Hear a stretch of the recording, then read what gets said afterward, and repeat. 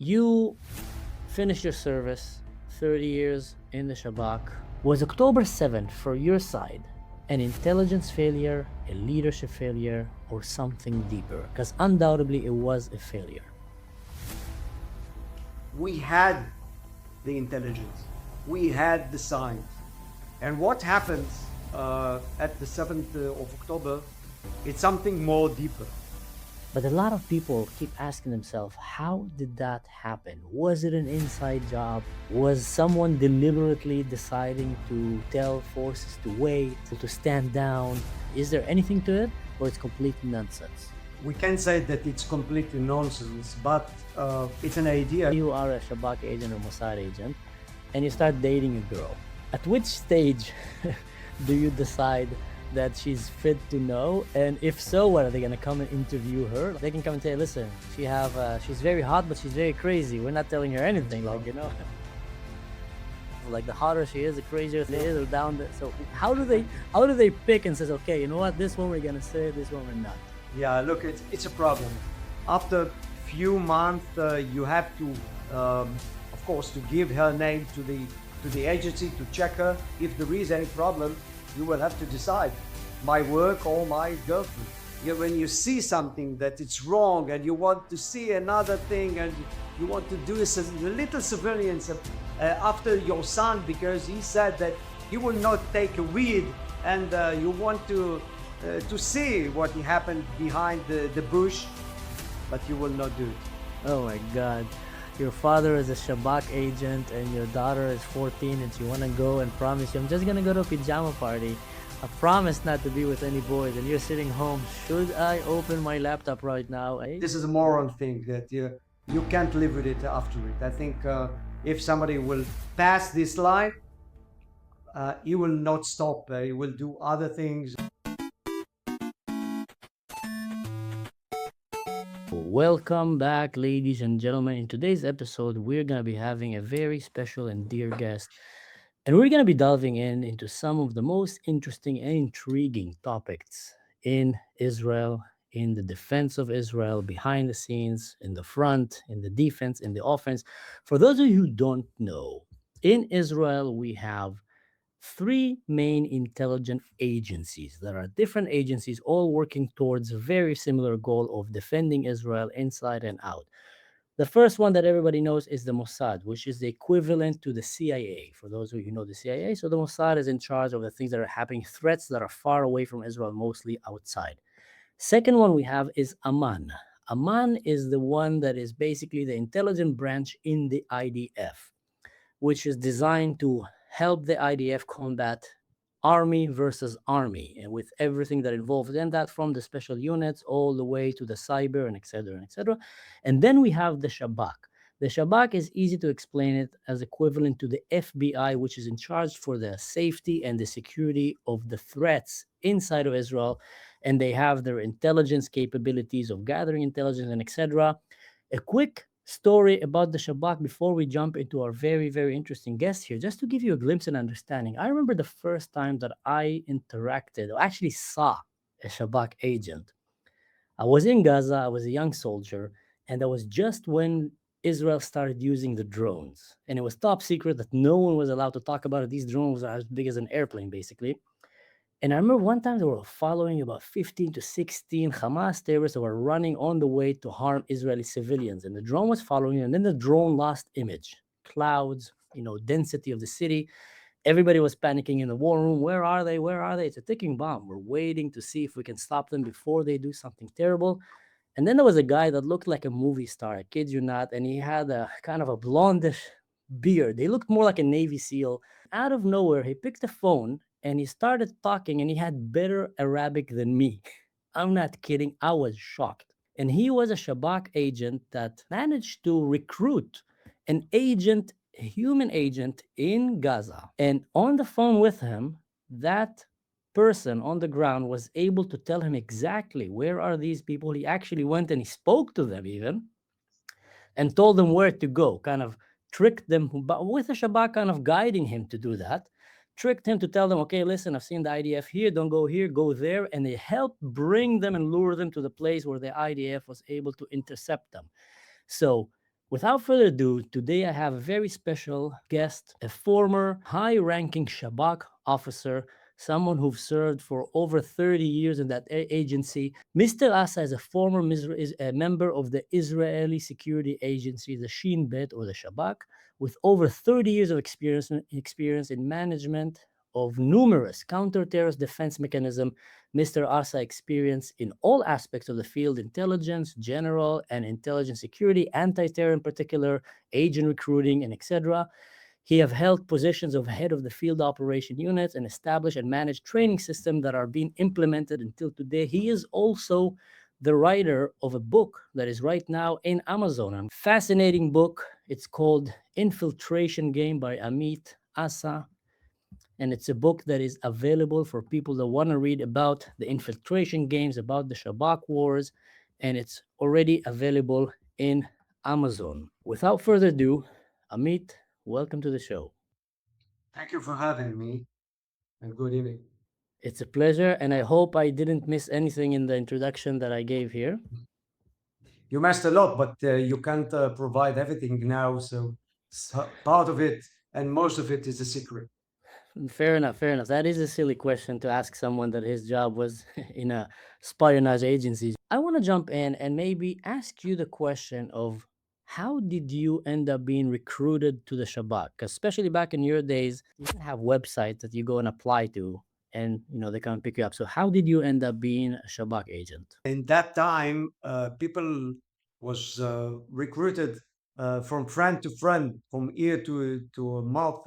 If you had some friend of you that it's look like that he will be fit for the agency, they will call him and bring him in to do all the recruitment and the check if he's good for us. But as me and as you was standing near a Shabak agent coincidentally in the Gaza. It happens to me also the same.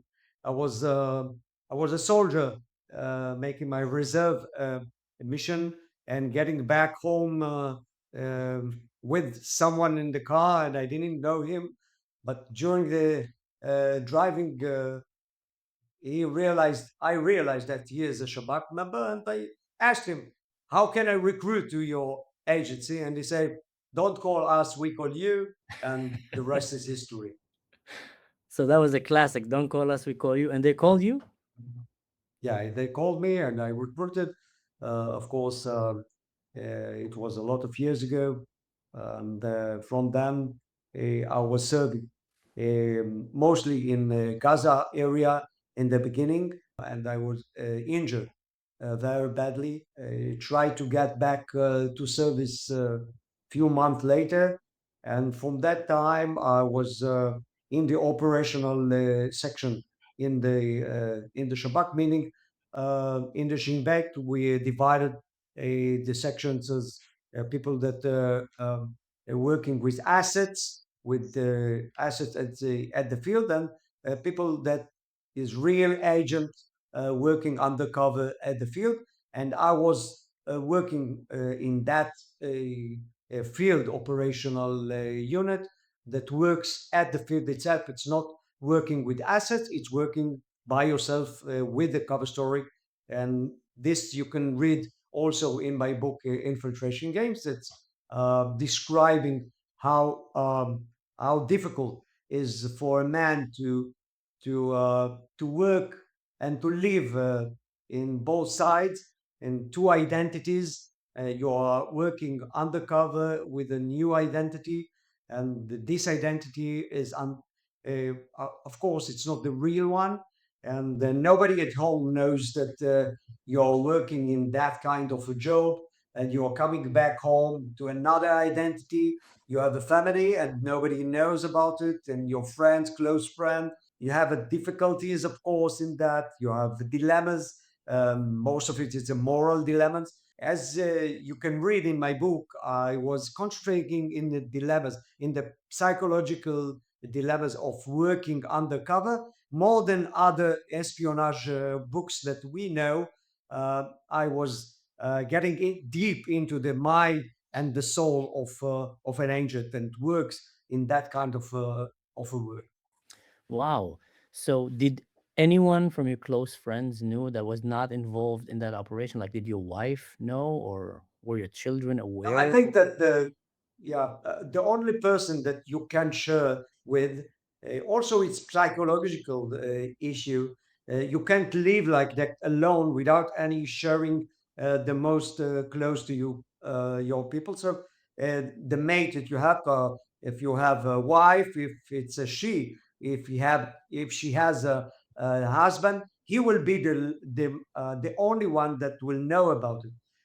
Also agents that we have outside, like agents works in the Mossad, it's the same. So even the kids doesn't know about it, because kids can't hide They talk. secrets, and they can say something in the kindergarten, and they can say something with school, with friends. And I will tell you a story about it, because I know you hate this part, but it's important. I used to hate it myself, seeing commercials in the middle of the video. But if you're enjoying my content and you want to help this channel keep growing, please don't forget, go and hit the like, the share, the subscribe, the whole shebang. It just helps this content reach wider crowd, and it also helped me with the monetization system of YouTube to keep making videos for you. If you want another practical way to help support the work that I'm doing, go and check my Patreon. Great deals. Thank you for your attention. Let's go back. it's an interesting bit. We know that there was the capture of Eichmann 1961. We have a story about how we managed to know that Eichmann is living with another name, Ricardo Clement, in Argentina. And the reason that he uncovered is because his son was telling his friend that his father is not Ricardo Clement. He is an officer from the Second World Wow. War. And one of his friends was she is a girl that came back, she's a Jewish girl, came back home and told the family, look what he's saying. And her grandfather was shocked by that. And he said, I, I can't believe what I hear. And from that point, the Israeli intelligence was informed by this family in Argentina. And that's why Eichmann was caught, of course, and got to Israel for a trial. So even kids can't know about your secret that you are working undercover. Oh, what a crazy story, and what a moment that must have been for that grandfather to realize that he might have caught the one that was in charge of trying to annihilate his people. So let me ask you a question. It's a funny question, but let's say you are a Shabak agent or Mossad agent, and you start dating a girl. You didn't marry her yet. At which stage do you decide that she's fit to know? And if so, what are they gonna come and interview her? Like, how you can come and say I like her, but they can come and say, listen, she's very hot, but she's very crazy. We're not telling her It's anything. Like, about is there like this graph of like the hotter she is, the crazier she is, or down the so how do they pick and says, okay, you know what, this one we're gonna say, this one we're not. Yeah, look, it's a problem, of course. I think it's more problem if we will tell this story in another scenario. Let's say that you are working undercover, and in the field you have to act naturally, and then you are meeting a girl, and you want to be friendly with her, and then something romantic getting between you. How can you act, and how you can uh, work undercover, and not telling her that you have another family in other state, in other place, and even Wow. not telling her that you are a Jewish one, and maybe a relationship with you will be good for your cover story at the field. So you're starting to a relationship, romantic, in another country, in another state, without knowing that you have another family. It's a very difficult thing to do. And as you're saying, if it's a real one and it's in Israel, of course, and you have a girlfriend, after few months, you have to, of course, to give her name to the agency to check her if there is any problem. You will have to decide my work or my girlfriend. You talked about the morality aspect and the dilemmas, and I'm very happy that you're opening this up because I think that's something that is interesting to people to understand. And I would like us to dive into that. But before, I want to ask you a question. You spend your life in the shadows, working on dual identities. Like you said, you are working in undercover in the field, which can be very stressful, very dangerous. What is the biggest misconception you think between misunderstanding between what the public think that the Shabak is into what it really is in your eyes? I think that there's a lot of secrets behind it, and it's good that it will remain a secret because when we're talking about intelligence agency, you're not just hiding who is working in the agency. You are hiding also the aim and also the targets that you want to do, and also you're hiding your operational way or methods of operational way of working. So mostly, uh, I can say that uh, the secret is part of your soul, and it's not stopping even after you're leaving a The job. agency, It's yeah. a secret that you have to take with you, because Hmm. this is the thing. And when you're asking me what I can tell to the public, to the audience about the Shabak, about Mossad, about working undercover at the field, we have to maybe to make it more simple when we are talking about humans. Okay, we have a lot of means that we can collect information about secretly. Of course, intelligence way of working about the enemy. And we have, of course, the cyber area. We have maybe we call it the SIGINT. It's a signal intelligence. We have VISINT. It's a visual intelligence. You can take it from above, from the satellite. But when we are talking about human intelligence, we divide it to two sections. First, it's the assets that we're working with. There are people, and we're talking about people. Human, it's human intelligence, meaning it's people. It's not that you're working with some kind of equipment. You are talking to someone that knows, that hear, that see all the information by himself, and that you will be able to take the information from first eye. So part of it, it's one part of it, is working with assets. They are living in the area, they are living in the society that you are working with, they know the culture, of course, they know what you want to bring information, of course, from the field, and you're working with them. The only problem that we have in that kind of operational way of working with assets is liability. At the end, you are talking with somebody from the other side, and his liability is not for sure 100% because he's one of them. And maybe on one hand, it will be a double agent. He will be working with them. Maybe somebody will make some threat on him because he will cover him and he will say to him, look, we will kill all your family if you will not work with us. That's a big problem. And I will take it to the side. And the other side of the human intelligence is our people. It's someone from us, somebody that works at the agency, and then you're building his cover story that he will be able, with another identity, to work in the field without no suspicious from the area that is somebody from the agency, somebody from intelligence. So in that aspect, I can assure the audience that I was, of course, working in that field, meaning agents that works from the agency. It's one of us, and that, of course, we are talking about another identity because assets as one identity is who he is. And when we're talking about me, for example, or you, for example, you will not be able to take your identity with Israeli passport with your name and go to Iran to do some kind of a job. Of course, somebody will ask you, "Who are you? What are you doing here?" And you will fall in the first question. So we need to build another identity, a full cover story, and then it's another story. You're working undercover, but the liability is 100% because it's one of you.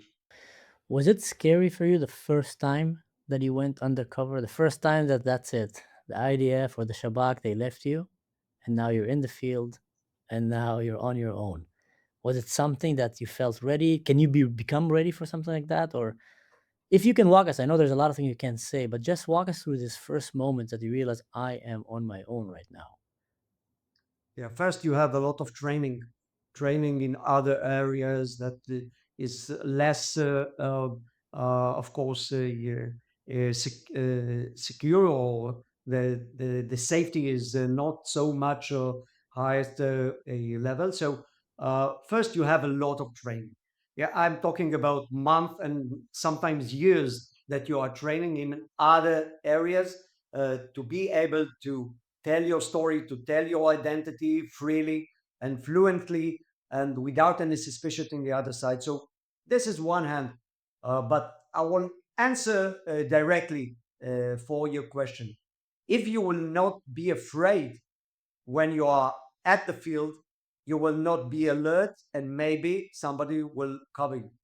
So uncover you, of course. So you have to be afraid. You have to be suspicious.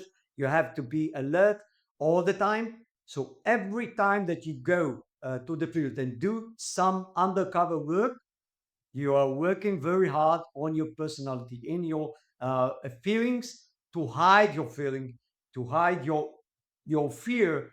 You can call it fear, but it's more to be alert to the area. It's more to feel the other side. If somebody is getting any kind of a question mark about what are you doing here and who are you, and you have to convince him. So it's a work.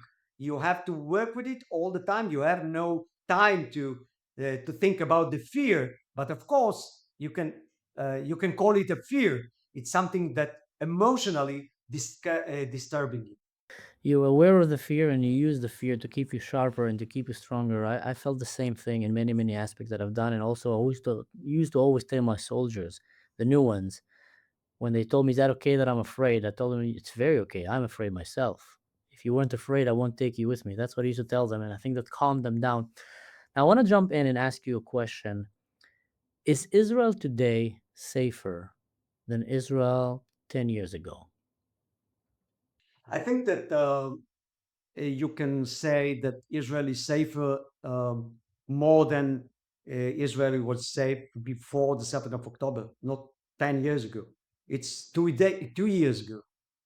It's because of our conception that fall down. What we thought about our enemies, what we thought about the ability and the other aspect was broken in the 7th of October. And we start to use other ways of thinking for our security. And I think first of it, you can say that if our mind was a defensive way of thinking, now I think we think more offensive way of thinking. And that's why Israel is more safe today, because we are not waiting, we're not waiting to any kind of an attack from the other side. We are destroying the ability of someone from the other side before he attacks us. And we have the advantage in that case.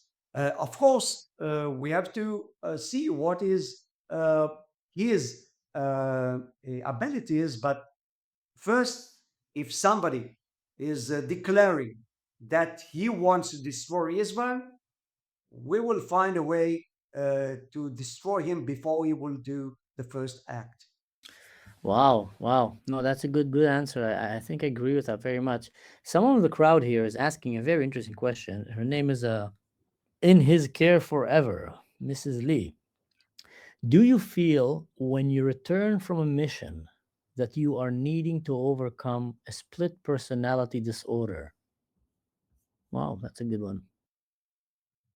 First, we are human. Okay, let's say that this ability of working two identities or in another identity and go back, it's a conflict. It's a psychological conflict, and you have to learn how to work with it. You have to learn how to live with it. But as a psychological conflict, you use help. Okay, we know now. There's years that we have experience of this kind of a work that we need help from therapists, for psychological therapists, and we have therapists that works with agents. Of course, they will come back from the work, they will sit down uh, with the therapist, they will speak out what they had, and they will speak up all their traumas, because this is a post trauma every day.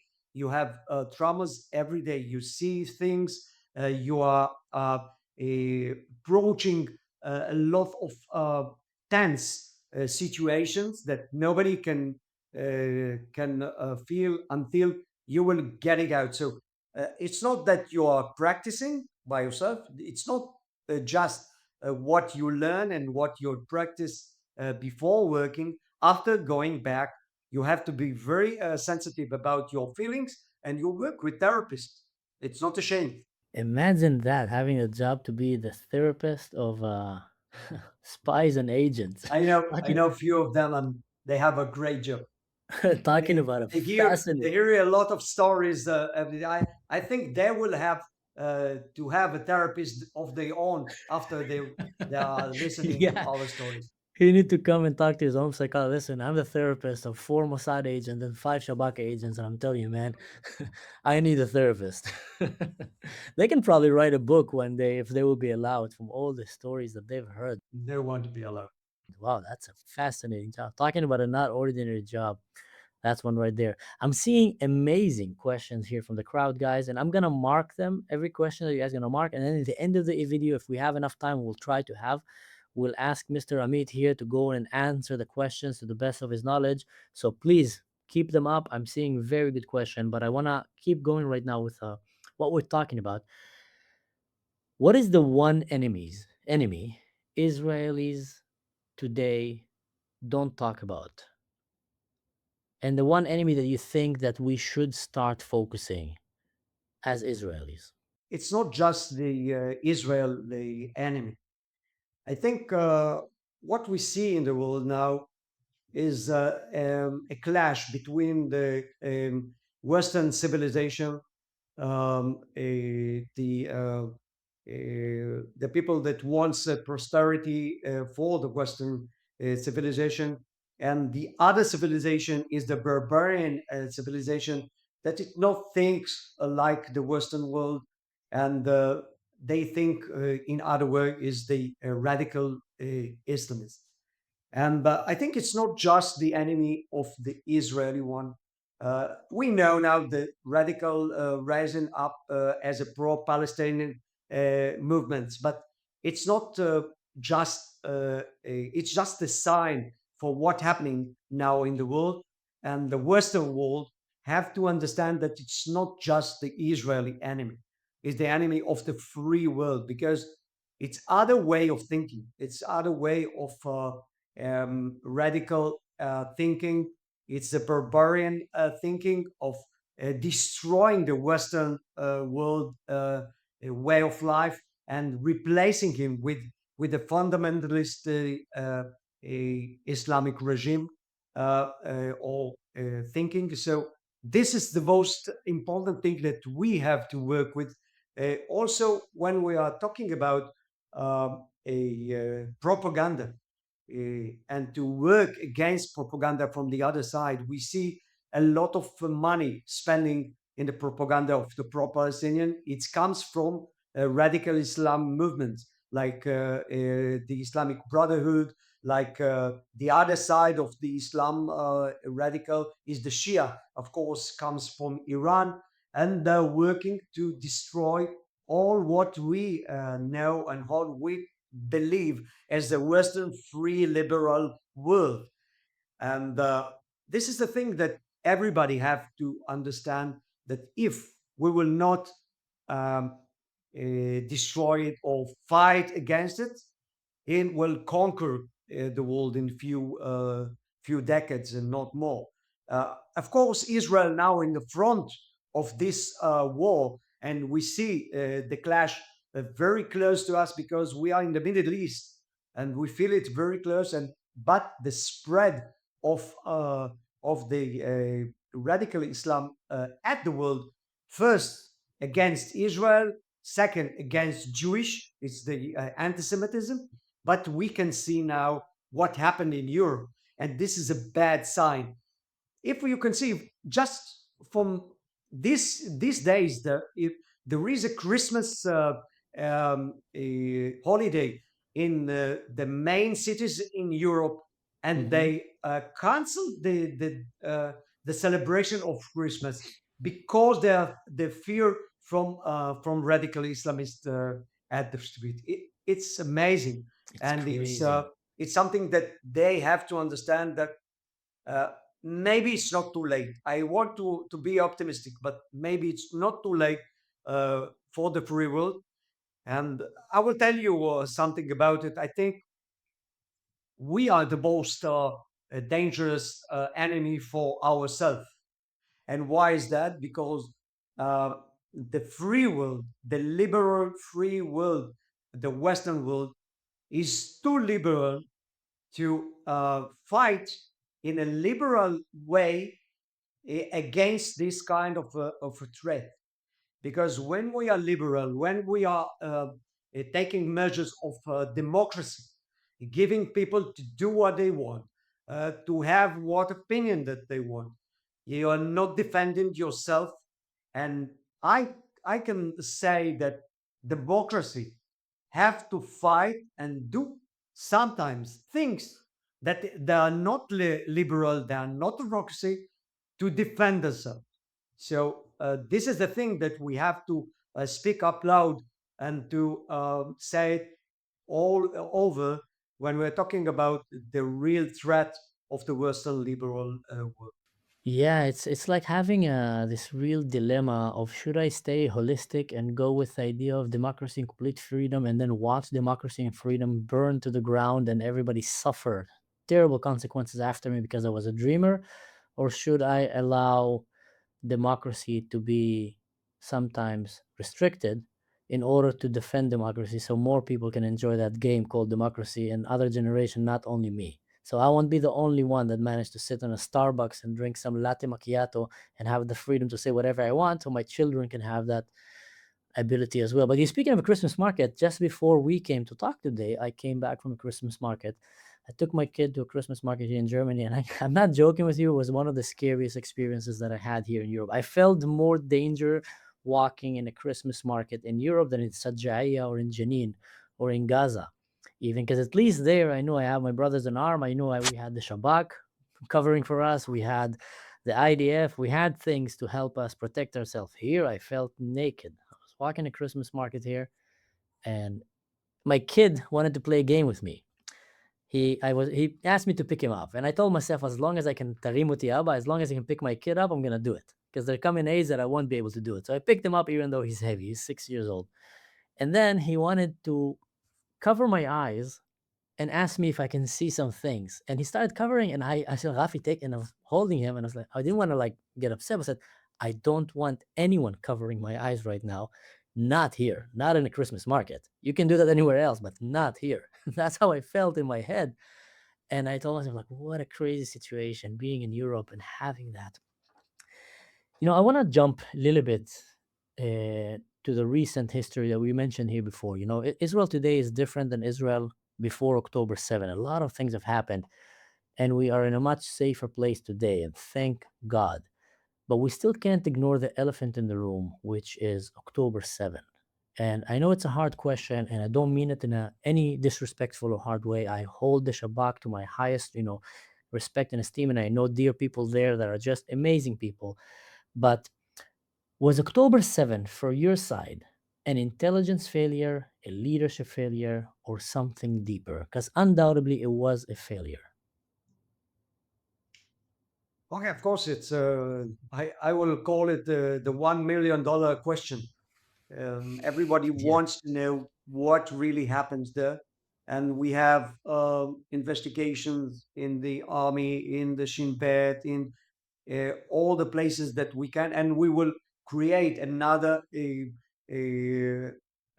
investigation that will include everybody, and also political, and also law enforcement, other places, and of course the judges that makes all the rules that maybe uh, is they have part of it, but still we can say now that, of course, it was a failure of intelligence, but you have to think more deeply and to say that we had the intelligence, we had the science, we had a lot of science, maybe not very clear, but we had the signs that we needed to say something is wrong and we have to do something about it. And what happens at the 7th of October, it's something more deeper. It's something that we should point, and we should take it with us to the future. It's something that connected to our personality. And I will call it in one word: ego. Um, we all have it. This is a thing that we have to fight every day, because when egos comes to this to the our thinking, to our trying to understand what is the situation, and we are creating is another picture that it's not true, because it affects us. Maybe um, we want to do something that will raise up our ego, and we will think that we are the best. And what happens in the 7th of October is connected to our ego. Leadership, even the signs was there, the leadership in the Shabak, in Amman, we can see, and now we know that not exactly the point that they failed, but we know that they had the sign and they decided to do something else, because nobody knew about it. They didn't say to nobody. For example, the head of the Shin Bet didn't call to the prime minister to say that something is happening. He left it to his own. This is the ego, I think. This is the thing that we have to fight to for ourselves every day. And mostly if you are a high rank and commander of that kind of organization. Wow. So I know that these claims were coming up where, the prime minister said that the head of the Shin Bet did not give him a call. And later on, all these things. I know a dear friend of mine who is an Apache pilot who told me that he ended up flying in the air only around 9:40 in the morning. He told me that himself, only his helicopter, he emptied his belly, which is the ammunition, 3 times because he was just flying back and forth like a zombie apocalypse on hordes of. By that time, it was not only Nukhbut, it was already Gazans just running into Israel, citizens, innocent civilians, as they like to call themselves, to come and plunder, kill, and violate Israeli women and steal. And if that helicopter was in the air 3 hours earlier, maybe the entire October 7 would have been stopped. We're not. This is not a joke. We're talking about an Apache pilot, a few more tanks ready in the right time, right moment. With all due respect, to people with parachutes and drones and a few guys on crutches and bicycles, Israel is. We saw what Israel can do to Iran. We saw what Israel can do to Hezbollah. We saw what Israel can do to all our enemies. It's unbelievable how powerful Israel is. And we've seen the operations that later came on with the Shabak, with the Yamam, with all the units, what Israel can do. So the question is that and I'm asking it not because I think it, because I grew up in Israel and I think I know the system inside out. I was in the military. But a lot of people keep asking themselves, how did that happen? Was it an inside job? Was someone deliberately deciding to tell forces to wait, tell people to stand down? You, as someone who is high up in the Shabak, former high up in the Shabak, what is your opinion about people who are asking these kind of questions? Is there anything to it, or it's complete nonsense? We can say that it's completely nonsense, but it's an idea that comes, of course, if you don't have any other questions, any other answers. I'm sorry. If you don't have answers, you have conspiracy about what happened. And this is the problem. I don't think that it was a conspiracy. I can't believe in it because I can't believe that any Israeli will do anything that at the end he knows that any other Israeli will get harmed, not killed, not raped, not uh, any kind of action. So I can't believe in that kind of conspiracy. But still, you are talking about something that was in our head before that. The conception of Hamas is not able or capability to attack us because we have a lot of means on the border and we have a very good fence and Hamas doesn't want to attack us because he have no interest for that. And if you believe in it and you are convincing the prime minister and the ministry in that word, when it happens, you can't say that I'm wrong. That's what I said about the ego. And so you're convincing yourself that what you see is not true. And you're trying to convince yourself again and again and again. And if the times go by, at the last night that we know, the 6th of October, we have the signs, and you're convincing yourself that it's nothing. And then you see something that you have to act about, and you are sending troops to handle it, but you don't understand the whole picture because in your ego, in your personality, you can't believe that what you said until now for months is collapsing. No, it was undoubtedly underestimating Hamas, I think, in a mix of egos with that. And I would even double down on what you said. You see, in Israel, everybody almost was in the army or have a cousin or a relative in the army or a father or a son.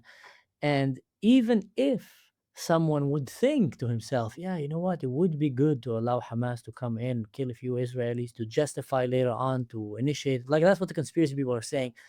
You need to understand that he will not be able to pull it off because the tank commander on the ground and the generals, it's not like you can come and tell someone, tell them not to attack, and that's it. All of Israel will just freeze. Most of the people that fought on October 7 were the civilians, were the police officers, were off duty Shabak agents who jumped out of their bed and ran there. And you can't really hide that kind of information from them. So it was more likely, like you said, a mixture of ego, pride, and just underestimating what the enemy intends. Because you know what? You said it. I heard about these plans when I was in the service. I literally heard about these plans that they had back then to dig tunnels and come inside of Israel and do everything that they basically did. So it's not like something that we never heard that they're planning on doing. We mentioned before Muslim Brotherhood. One of the biggest threats that we see right now, not only to Israel but to the world. If you were to think right now, who is more dangerous, the Muslim Brotherhood or ISIS to the Western world? Muslim Brotherhood or ISIS? I think ISIS was very strong before the American was targeted them as a target that you have to hit all over. And we saw today an example for that. America was revenge two or three American that was killed by the ISIS with 70 strikes in Syria. So ISIS now is not an organization that you can say can control everything in the world. What happens now with the Islamic Brotherhood that they have the financial base in Qatar and ideology based in Turkish, Erdogan, of course, that is leading them ahead with the idea of radical Islam. And this Mhm. is the most dangerous thing because For example, we can see the Qatarian financing, for example, Al Jazeera. Al Jazeera today is one hand, a very big hand of the Islamic Brotherhood by the Qatarian, moving ahead very big propaganda against Israel, against the Western world. What it is, it's the Islamic Brotherhood movement with this Al Jazeera from more than 30 stations in the world today. This is one hand. Another hand, you can see the financing of universities, for example, in the United States or in any other places in the world. They use their money, the Qatarian use their money uh, to dig in and to infiltrate the European and the American from the battle, not using any threat of arm, any threat of attacking, but they are growing up as a seeds in all the places with the idea of the radical Islam. That's why I think they are more dangerous than ISIS. And as someone like you from the Shabak, with the knowledge that you have, would you call the Muslim Brotherhood a political movement or a terrorist organization? I know it's a black and white question, but what's your thoughts? I think it's a terror organization in a disguise of a political one. That's a And good this is answer. a very dangerous thing because we can see in the little example of that of the Islamic Brotherhood in Gaza. The Hamas is the Islamic Brotherhood in Gaza. At first, they say that they are just political movement. They are politics. They are building hospitals, schools. UNRWA was part of it, and this is the dangerous thing because when you are in the sky of political movement and underground you are a terrorist organization, this is the most dangerous thing. That's why my answer is yes. Islamic Brotherhood is a movement that wants to conquer the world, the Western world. They are terrorist organization in disguise of a diplomatic political one. Well, Inora here is adding something very interesting. She's saying narrative warfare is the new weapon. Gotta build a global ecosystem to counter the narrative. Muslim Brotherhood is yet to be banned in a lot of Western countries. Couldn't agree with you more, Ainora. To take a little bit of a break from this heavy topics that we're talking about with it, because they're crazy, and to go back to your book, you finished your service, 30 years in the Shabak, basically the Israeli version of Jason Bourne. Someone said here James Bond, and the other said James Bond had gadgets. It's more like Jason Bourne.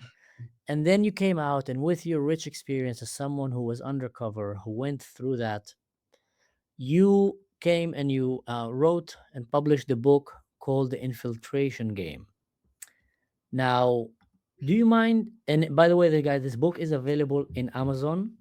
Whoever is looking for it, do you mind telling us a little bit what is inside that book? Because I'm assuming that it's coming from a lot of your experience and was probably approved by the censorship of Israel. So it's something that is, coming from someone who is officially in the ground, not just someone who's imagining these things, but someone who've been through these things. So, what if someone would come and buy this book? What can he expect to find in the book? First, it's a fiction book. It's not a real story about a real person, but it comes from my experience, and I train a lot of agents, like the guy in the book, and what I wanted to bring to the audience is the real problem and the dilemmas, personal, psychological dilemmas of the agent at the field working in other identity. But of course, it's a thriller because behind it, it's a story, and the story I is think the running connection fell all down over with the. him. I'm using the story, and it's a fiction, of course, but it's built on real things that happens in the field. It's not a biography. It's not something that I can say that happens, but you can see the similarity of things that I was doing and other agents was doing through the years and through my experience, and I'm using it for the story. But inside the story, you are getting the opportunity to get into the soul of the person itself and the dilemmas that he have with his family, with his friends, with himself. Of course, moral dilemmas that every person have in the field. And for example, I can give you some scene from the book. Uh, our guy is going after some terrorist in the Europe in some place. I will not do any spoil of it, but uh, is getting after him and he is doing a lot of surveillance undercover about the person, and then he knows the routes that he's working from, walking from one place to another. He's a terrorist one that came from ISIS and work in some kind of some city in Europe, and then they are planning to eliminate him, and they are planting a device, a explosive device on his route, and he is passing the device, and it's a lot of work behind it, weeks, a month, sometime, to bring up some kind of operation to be done, and there's a lot of agents connected to this kind of an operation, bringing the explosive to the area, plant it in the plant it in the real place, and staying alert to him to come to the right place in the right timing, and at the right time there is a couple that a romantic couple that stand by and is not operating it, and a lot of weeks and a month of work going to the trash. So this kind of dilemma, is moral dilemma, is inside the book, of course, with other dilemmas that I wanted the public to know better who is behind this kind of a job, not just a story of a thriller, of a espionage story that everybody can write and make some story for. It's more getting into the personality of the person Wow, I of think the that'd be agent. fascinating because yeah, we've seen quite a lot of movies today, James Bond and other stuff that show the action aspect and all these stuff, but not many delve into the psychology and the dilemmas and the things that are going. So I would highly recommend whoever have an access. Maybe that's a good gift for Christmas. Whoever likes, spy novels and books of psychology and the dilemmas that you have through the field, I strongly recommend guys go and find the Infiltration Games by Amit Assa. That was a mid commercial I break. think I can say, yeah, Yes. I can say another word about it. You said that there is a lot of fiction movies and a lot of espionage movies, and they are very creative, and the audience is very fascinated with it. But in real life, it's something more that you can't imagine. And you just see the example of the operations that we had.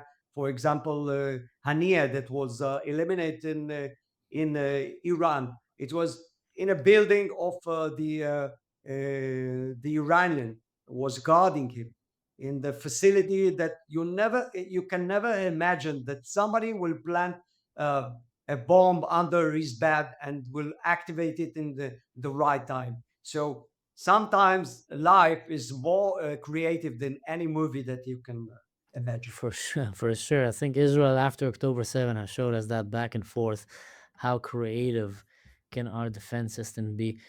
Talking about what we spoke about the book right now, in the life of being an undercover agent, what would you say keep intelligent officers awake at night? Is it guilt?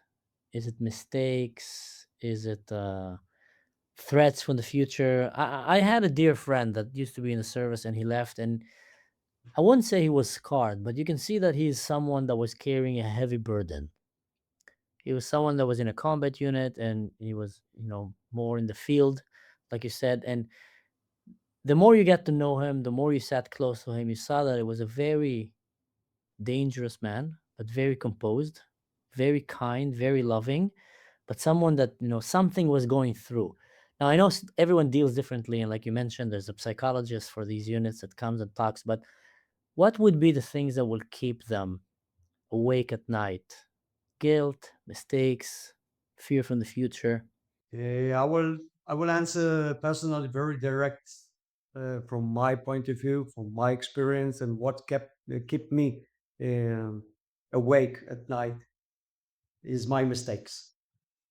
Because we're human, we can make mistakes. Everybody makes mistake every day, and you're getting better because you're making mistake, because you're learning from your mistakes. But when you are in the field as a special agent, your mistakes sometimes it's a life saving. It's somebody that is killed by mistake, and this is a thing that you are, or any kind of a harm that will bring to any person at the world.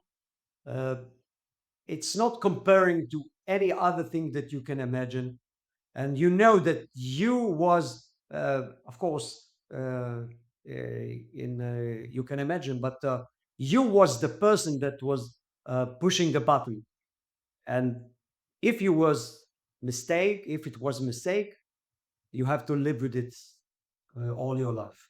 I'm not gonna ask you to open it up, but do you have mistakes that you feel that you're gonna live with all your life?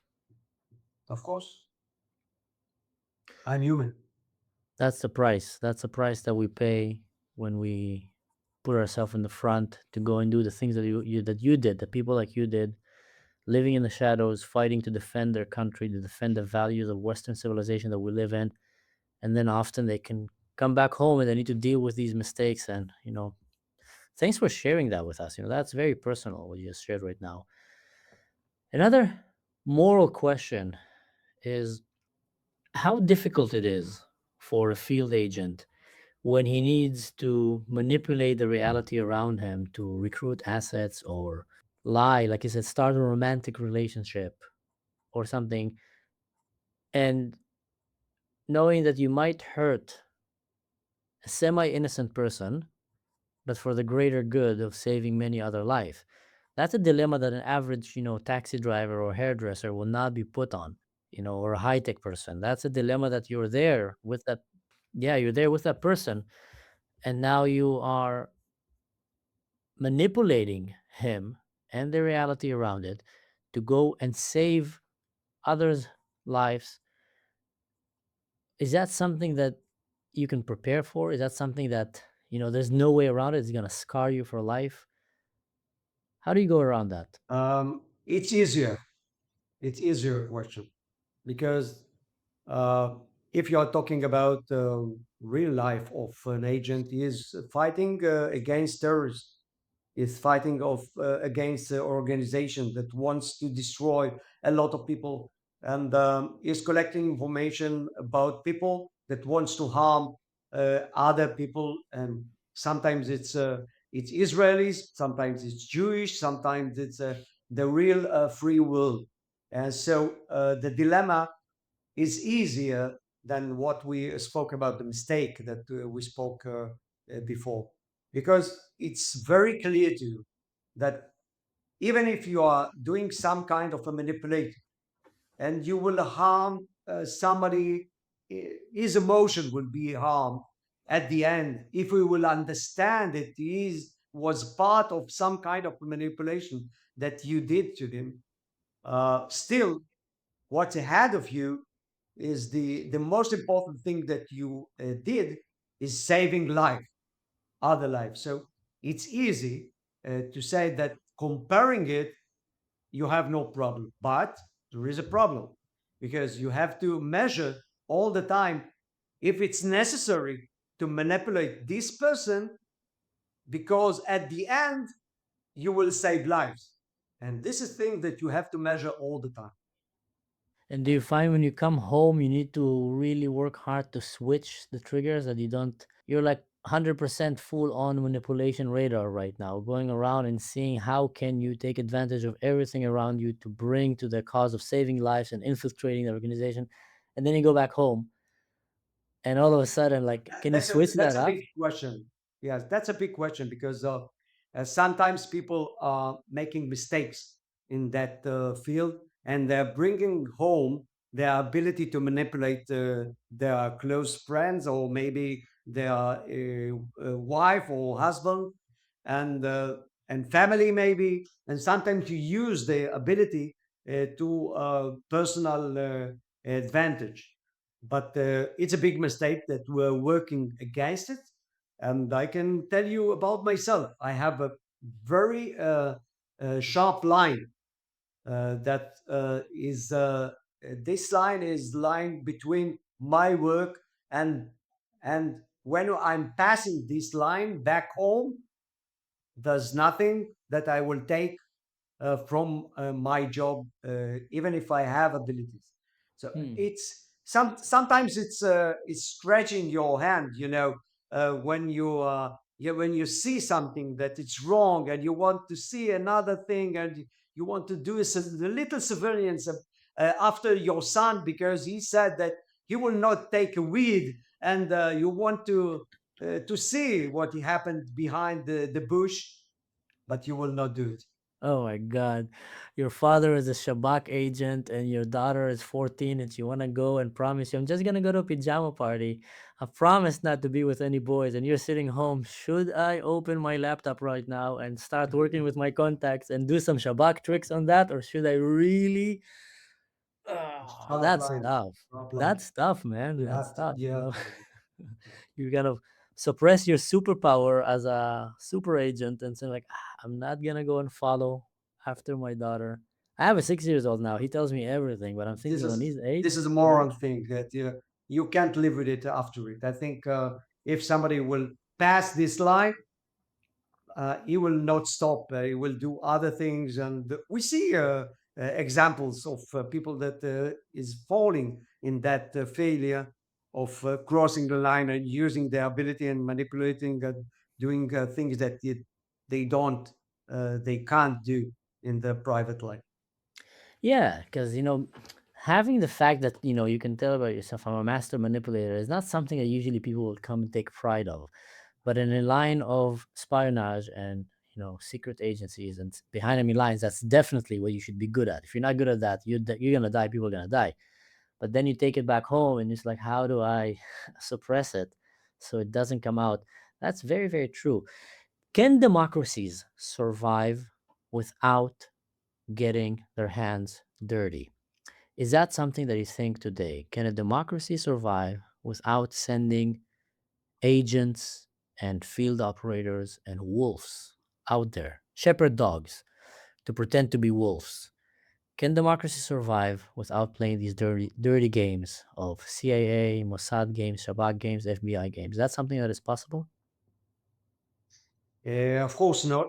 Of course, we know that, and I was talking about it before when I talked about democracy defending itself with the means or things that they do against democracy, and then the law, and then against private laws.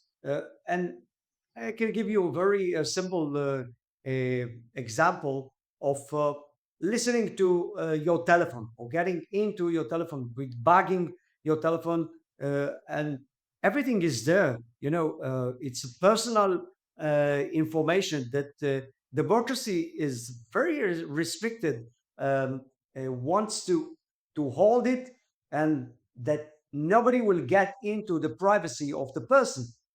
But you have to fight other people, other organization that works undercover, that works with secret, and you have to cover this secret, and you have to go into the telephone or emails. So you are doing something against the law. You're doing something against the laws that you're writing for the democracy to. So you can't do it without um, a, using this kind of actions. But I think that you have to be very restricted to what you need, and to be sure that you are not passing the lines of you're using it for like like it's you have no borders, you have no Hmm. rights. If only so many of these young people today, students and snowflakes, and I don't know what, could have appreciated the sacrifice and the things that people had to do in order for them to enjoy the life that they're living. People had to get their hands really dirty at times. People had to go and do things that came back home with scars for life at time, just so they can have the life that they have. If only younger generations could have understood that. Our universities, media, NGOs, becoming the new battleground? Are they becoming exploited as tools of modern warfare? We're seeing it now, that something we haven't seen before. There's so much money being thrown by Muslim Brotherhood, by Qatar, into universities, into medias. Monies that before, if you were living 100 years ago, it will be sent only to a lord to raise an army and build blacksmiths to make different steels and swords so he can go defeat the enemy. But now we're seeing so much, modern warfare economy been focused into these things.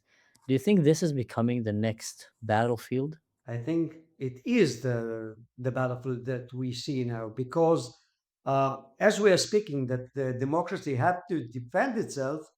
What is happening in the other side, they know how they can hurt democracy by their tools. So they are using our democracy to hurt us. They are doing it very well, I can say. Okay, they are Hmm. getting uh, with our laws of defending the privacy and the free talk. This is the war that we have to understand that they started, not we. And then, if you understand it, you can fight it. You can see where the seeds is going into the ground and then destroy it before they go. I want to open up for a few questions from the crowd here, and then I have what I call the rapid fire question, which is questions I'm going to ask you, and you're going to need to answer me quickly from your hip. I don't know when was the last time you went shooting, spontaneous shooting, but it's going to be rapid fire questions. Mr. KI11ABINC. Ask him if he could share any real world operation that stands out. Yes, of course, I can. I can share with you things that was up at the media. Of course, for example, I think it was a few years ago. We eliminated one head of the nuclear program of Iranian named Fakhrizadeh, and Fakhrizadeh was killed in his car. And what I will give you is the investigation and the information that we got in the media from the Iranian. What happened? And what happened is that he was killed in his car in a vehicle that was in a convey of armed people that was guarding him.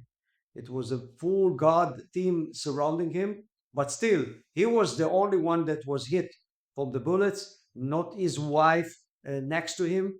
And they investigated how it happened. At first, the media was told everybody that it was a very big fight between attackers at the field, but at the end, we saw that it was with no people at the field. It was a machine gun that was on a van, a pickup car that shoots him directly to him uh, with a computer that was recognize him by a picture. So, Wow. and it all controlled by a satellite. And this happened a few years ago. I think it was 2020 21 or December 21, I think. If you will go back to Fakhrizadeh, Mohsen Fakhrizadeh, he was hit, one of the major scientists of nuclear program of the Iranian. I think he was the head of it. And you're thinking to yourself, how can it happen in the middle of Tehran, one road that he is going every day to his house. Nobody is there, just a car, a pickup car with a machine gun that shoots very directly to his body, six bullets, and his wife is not hurting, and his guards is not hurting. And then it was a self-destruction machine that was explode everything, but still the Iranian was investigated it and say at the end what happened. And you're asking yourself, how it could it happen? You need people on the ground to do surveillance after him day by day, to know his route, to know what time is going by, to bring in all the equipment from outside Iran to inside. You have to use it first to examine it in the desert somewhere. You have to work boots on the ground, what you say. And then at the last minute, nobody will be there, of course, but somebody had to put the car in the same place. I can direct you uh, to the uh, to the media to see this event. Is very interesting, and it's widely open at the media, so you can learn about it very easy.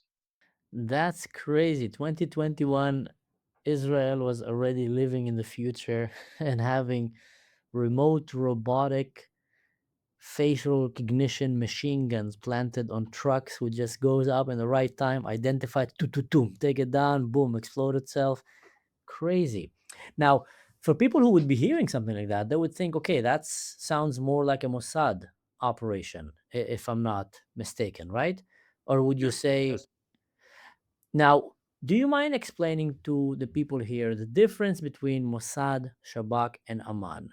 I think you said it at the beginning, but most of it, Mossad will work outside the country, like the CIA, in countries that it's far away from Israel, don't have any border with it. Amman will work outside Israel with borders because there is armies behind the Mm, border, and they will work at the intelligence against the army that is facing us. And Shabak is inside Israel, work with the security and the secure, like FBI or like MI5, you can say, a mhm. similarity to what we collect information from the inside. But it's mixed up, and these three organizations, intelligence organization, have to work together because, for example, if you are working against Hamas in Gaza and you are the Shabak, and one of the head of the Hamas is going to Tehran, as we saw, Hania, um, and now the Mossad is responsible of intelligence in Tehran. You have to work with him because you have information about the person. You know where he's going. You know his friends. You know his connections. And now you're working with the Mossad because he have to work of the operation itself that will eliminate him outside or do any kind of surveillance. So from time to time, we can see that there is mixed up the agencies work, and you need full cooperation with each other. So there is borders, of course, of responsibility outside, inside, army, whatever, but Mhm. we work, of course, together against our enemies. Yeah. Would you say that the Shabak and 504 are relatively similar in the way that they operate in regards to, let's say, Mossad, which is maybe a bit more different? 504 is working with assets. We know that their responsibility is to work with assets in the other side, in the side of the army that in front of Mm. the IDF. They are part of the IDF. And the same in the Shabak, we have persons that works with assets. So sometimes they are working in parallel lines, and Yeah. sometimes it's the same person that is interest from the 504 or Hmm. at the Shabak. So again, it's the same thing that I was answered before. You have to cooperate with each other. Yeah, I would just say that because, like I feel like, some places in Syria remind me very much of Gaza in the mentalities that they have. And especially now with, Hamas being so badly hurt in Gaza, but we're hearing now the rise of the threats that are in Syria, and they're very similar around the border. But I want to jump into the fire rapid question. And any answer is okay, even if it's not the most perfect answer, of course, without revealing anything that you shouldn't. Biggest intelligent myth, 7th of October, of course. most dangerous lie people believe. The truth. Okay. Sometimes it's better to say the truth, and it's the big lie that you can say. Hmm. Wow. I call it emet שוברת קירות. Honesty. כנות שוברת קירות. Sometimes honesty is the best tool to break walls, break barriers. Just be honest, and someone sometimes gets shocked. Do you think Europe will fall into Islam? I think Europe have a very big problem now. Sometimes I think that it's too late for them. They will have to change attitude as we did in the 7th of October. Maybe they will need some kind of event, a big event to understand it. Maybe I hope they will understand it without that event. But I'm optimistic because I think the free world, even if it's naive and is not using the tools to against this ideology of the radical Islam, I think at the end they will understand what is facing them, and they will act uh, against it. But still, I hope, I want to be optimistic, but it seems like the radical right wings of politics is raising up in all the countries. They are not able now to put out the Islamists of politics because they are inside the politics, and you can see mayors of New York now is having um, mind in his mind ideas of radical Islam. So I hope that it's not too late for them. Europe is in serious trouble, really serious trouble. And I think we just saw what happened in Australia, and I think it's going to start happening in Canada, and it's going to start happening in Europe. And I think sooner or later they're going to have to realize that they're going to have to live like Israel. I'm an Israeli, I'm a Druze, and as an Arabic speaking, someone who comes from Arabic culture, Arabic house, I feel much safer in Israel than in Europe. And that should say a lot about it. Because Israel have already got to the point that they can differentiate between what is good, what is bad, what is darkness, what is light. And here they still have these boundaries. They're still kind of very vague, and they're so afraid of offending that they don't want to call things for what they are, but they ended up ruining it for themselves and for everyone. My last question that I want to ask, is that a pager behind your back? Let's see. Yes, it's the pages of it's a model of the page that was blow up, and my friend is doing medals, and is doing it for his living. So you can uh, you can buy it, of course. But Okay, this so is it's not the the model of the pager that was blown up for the Hezbollah. okay. Someone's asking why is the Muslim Brotherhood leadership, all of them operating from the UK? I don't know if you have the answer for that. I don't think that they're all working for the UK, but again, what we can say that they will work in the places that they're giving them the freedom of speech, the freedom of operate uh, with the ability, of course, of using the democracy for their rising up. Mm-hmm. Mm-hmm. And the last question here, you might have answered already, but Ainora is asking, I just want to know how do field operators deal with PTSD, especially if you are posted abroad. Ooh, behind enemy lines. It's a psychological thing that you have to deal with. I think that We can do it because you're practicing the law. You are not getting behind enemy lines before you're ready for it, practicing it with a lot of stress in other exercises that is similar to what you will face at the field. So most of it you are not facing anything new. Of course, it's new. Of course, it's a surprise, but you can handle it.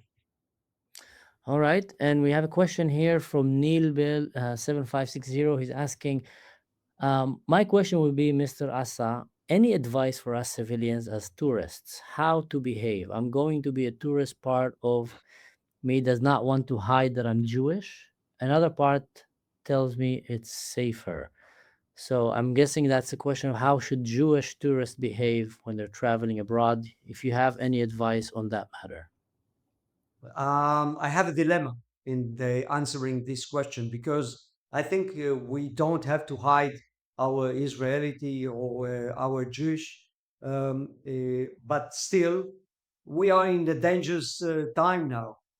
We have to be safe, and if you are not secured by army or any kind of Israeli protection, I think that you have to be alert. You have to be more alert to your surrounding. You have to see if there is any person, if there is any threat, to be aware of it, to be far away from crowded places that can have a potential terror attack, not just for Israelis. We see now that the terrorists hitting also Christian areas. So be alert, don't come to crowded areas more than you need. And if you see something that is dangerous or some suspicious, don't be afraid to call the police and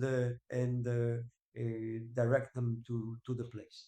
And maybe the last question here from the crowd is, what is the answer for Australia, where it seems the government is ignoring the real danger of Islam and allow it to become more like Europe? We all saw what happened in Australia, and we all saw that in the end, reports are saying that the police was undermanned, not prepared to respond in time, and at some cases even reported that they were not pushing to engage with the suspect, rather trying to take cover while he was going and freely slaughtering Jewish people and Westerners in the beach, like, a slaughterhouse. And in the end, we saw civilians were the first one to actually go and jump on him and fight. One of them was a Muslim civilian, one of them was a Jewish civilian, another Jewish civilian that got shot. So many ended up trying to attack and got shot. And I think it was two even Australian cops off duty that ran from the beach. Would you think that Jews in Australia now should start thinking about coming back to Israel? I know it's a hard question to ask, but do you think that Australia is taking it I think that seriously?